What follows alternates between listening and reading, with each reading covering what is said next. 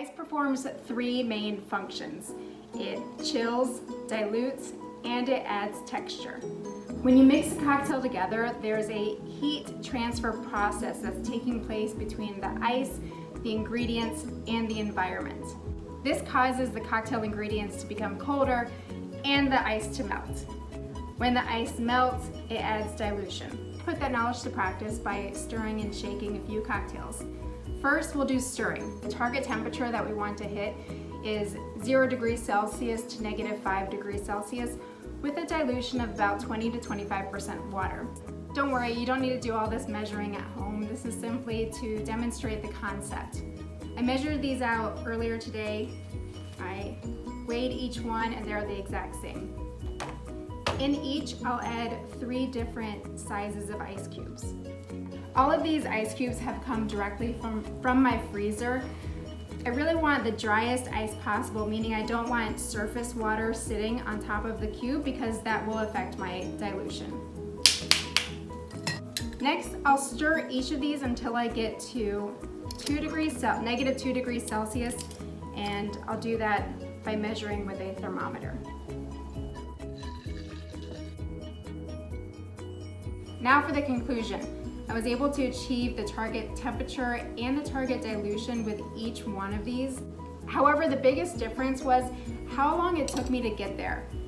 It was a shorter amount of time using the cracked ice, and it took the longest using a single cube. So if you're making cocktails at home and you're stirring in Manhattan, for instance, go with the smaller cubes. And if you can, crack some ice because that'll get you to that target temperature and the target dilution faster. Next, I'll demonstrate a daiquiri using 2 different types of ice. The mistake most people make is they don't add enough ice. Remember, we need ice to chill and dilute. And if we don't add enough, then we're not gonna chill it properly and we won't be able to get to our proper dilution. These are 2 daiquiris, they're identical. I already measured them out prior to this. And I'll add both into my shaker tins. Now, so that you can see what's happening, I'll show you what I see time and time again, what I mean by not enough ice being added. This is your standard freezer ice. We'll do it for this experiment.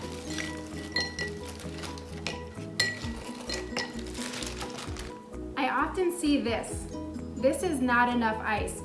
It's floating to the top and there's still lots of warm liquid sitting there. I need as much ice to fully envelop all the warm liquid. So oftentimes it'll take filling the entire pint glass, which is totally fine. Now that I have my daiquiri in here, I'm going to combine it with the other side of the shaker tin. If you don't have a shaker tin, that's totally fine. You can use a mason jar. And we'll shake hard for 10 seconds. At 10 seconds, that should get us to our proper dilution and temperature. You can see all those beautiful bubbles, it's frothy. You'll see in the next experiment, I'll also add a large cube. We'll get even more texture. With the small ice, that texture disappears quite rapidly. I know that might be the only ice you have, and that's totally fine. Work with what you've got. I simply wanted you to see what the difference is. But I also want to take this a step further and show you something.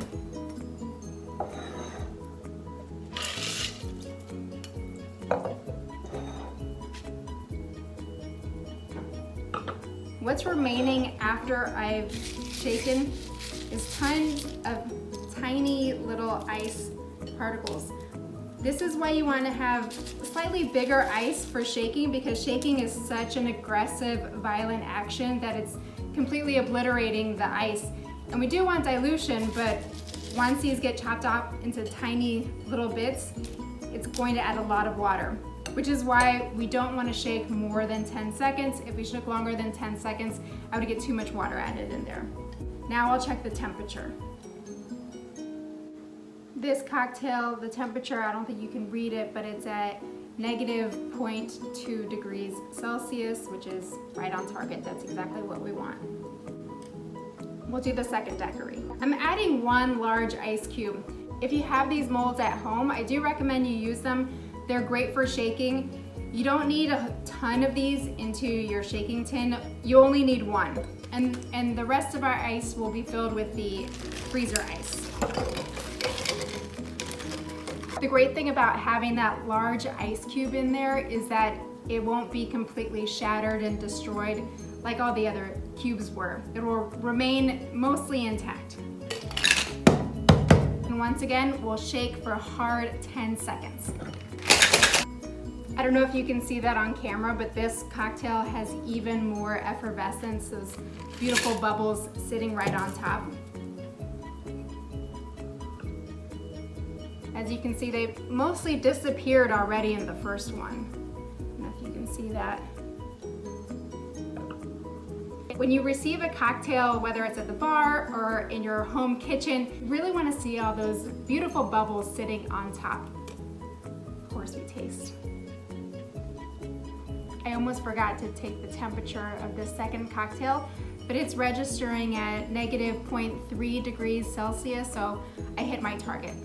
I weighed them both and we have success. I was able to hit my target dilution and target temperature. Home run. At the end of the day, ice really is the difference maker for making a great cocktail at home. You don't have to have any fancy ice at home. It's more about knowing how to use your ice. Remember, you want the driest ice possible. You want it fresh out of the freezer. If that's not an option for you and your ice is sitting out, it's totally okay. Simply strain out the water.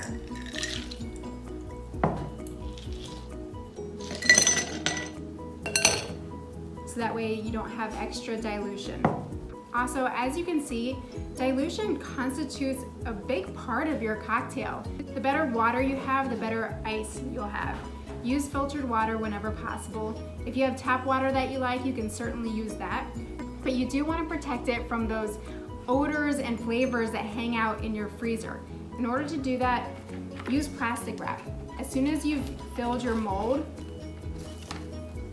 simply cover it with plastic, and this will guard it against any flavors hanging out in your freezer. At the same time, you can always use a tray that comes with a lid. This will also do the same thing for you. Great cocktails are possible at home. If you found this useful, subscribe to my YouTube channel. I'll be uploading more videos in the coming weeks. And if you have a friend who would benefit from this information, please, by all means, share it. This is the information that I wish all of my friends and family knew. I hope this helps you. Cheers.